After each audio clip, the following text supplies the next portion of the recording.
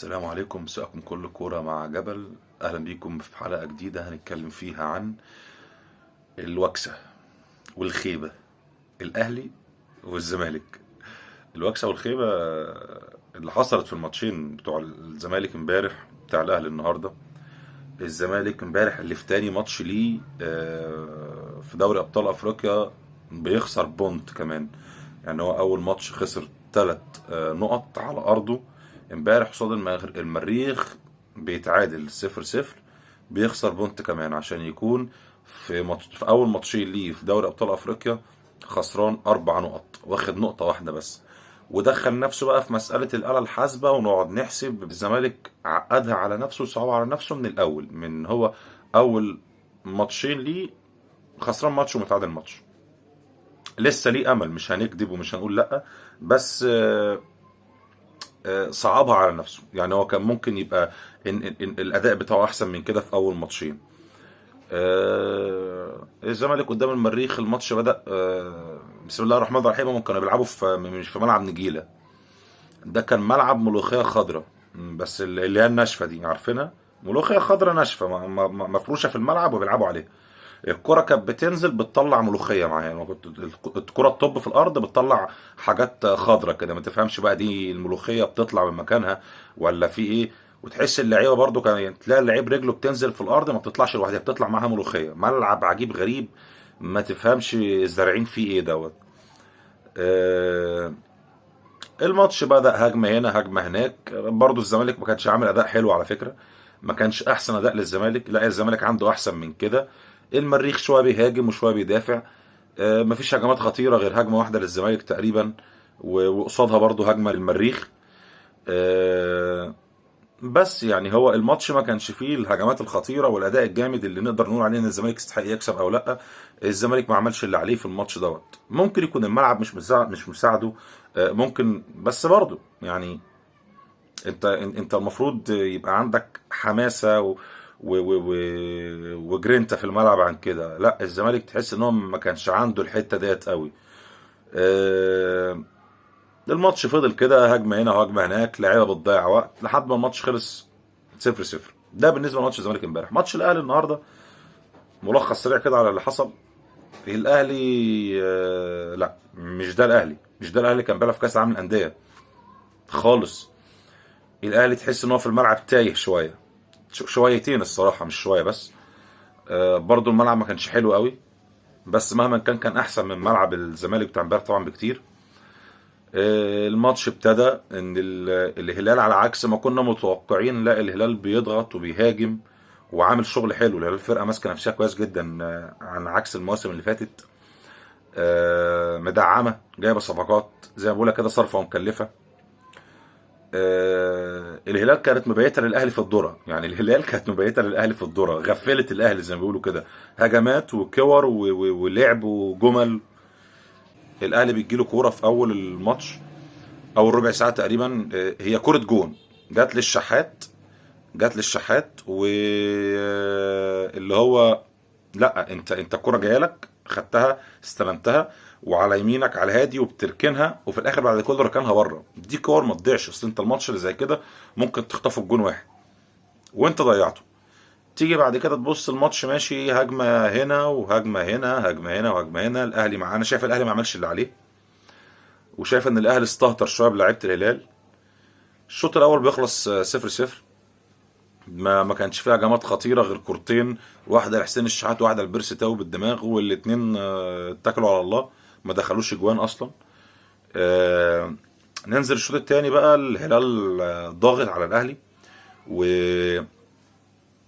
لا الهلال عايز يكسب. الهلال تحس ان هو نازل عنده دفعه وعنده حماسه عن الاهلي. اللي انا مستغرب اداؤه النهارده، يعني مش هو الاهلي. آه، عشان في اول الشوط الثاني الهلال يجيب جون من فاول، غلطة الشناوي مليون في المية. يعني الكورة جاية في مكان الشناوي، وجاية مكان ما اترمى، وجاية في ايده، بس ما اعرفش يعني هي عدت من ايده ازاي ولا ايه اللي حصل دخل الجون، عشان يبقى الهلال 1 والاهلي 0 بغلطة مليون المية من الشناوي. حارس كبير وكل حاجة، بس هو غلط في الكورة ديت. مفيش بعدها بحبه هوب ضربة جزاء للهلال، عشان حمدي فتحي يعمل قرار غبي جدا جوه منطقة الجزاء. اللعيب رقصه بيعديه، راح فارد رجله والحكم قدامه، راح فارد رجله عشان يكعبله. انت بتعمل ايه؟ انت لو كنت سبته على فكره كان هيشوط، كان في كذا لعيب تاني ضغط عليه. بس هو قرار متهور وغبي من حمدي فتحي ان هو راح مطلع رجله قدامه ملبسنا ضربة جزاء. الحمد لله ربنا كرمه يعني. نفس اللعيب اللي جاب الجون هو نفس اللعيب اللي شاط ضربة الجزاء. الشناوي اتألق فيها وصدها الحمد لله اول مرة، وردت حب يشوط على اللعيب تاني والدفاع دخل والكرة الحمد لله خرجت بره. وبس. بس ليه؟ لان الاهلي بعد كده كان في حنكشه غريبه، الاهلي ما كانش عارف، ما كانش عارف يهاجم صح، الهجمات بتاعته مش كامله، كان في حاجات غلط في الملعب. ممكن يكون الاهلي مش في يومه ومش في احسن حالاته، بس مهما كان ماتش زي ده ما تخسروش 1-0، يطلع حتى متعادل 0-0، ما هو بره ارضك متعادل، ده بالنسبه لك واخد نقطه كويس جدا.